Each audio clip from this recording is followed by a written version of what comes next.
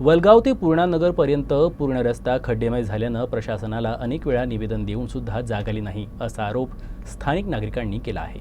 सार्वजनिक बांधकाम विभागानं त्यांच्या अंगावरचे घुंगट लुटवण्यासाठी तत्काळ त्या ठिकाणी टीम पाठवून खड्डे बुजवण्याची प्रक्रिया सुरू केली आहे।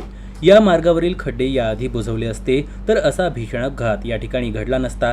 प्रशासन या मार्गावर अशी किती निष्पाप बळी घेण्याची वाट तर बघत नाही असा सवाल नागरिक करत आहेत। अचलपूर सब डिव्हिजनचे काम उत्कृष्ट दर्जाचे तर अमरावती सब डिव्हिजनचे काम थातुरमातुर का होत आहे? अमरावती परतवाडा हा मार्ग मध्य प्रदेशला जोडणारा असल्यानं या मार्गावर अपघाताच्या घटना देखील दिवसांदिवस वाढत आहेत। तर ते काय तुमच्या गावावर तुमचा विकास करू शकतील? काहीच करू शकत नाही। पूर्ण भ्रष्टाचाराने मागलेलं सरकार आहे। त्यामुळं या रस्त्याची अशी दुर्दशा होणार आहे। सरकारला म्हणा पीडब्ल्यूला म्हणा तर पैसा नाही आहे, मग पैसा गेला कुठं?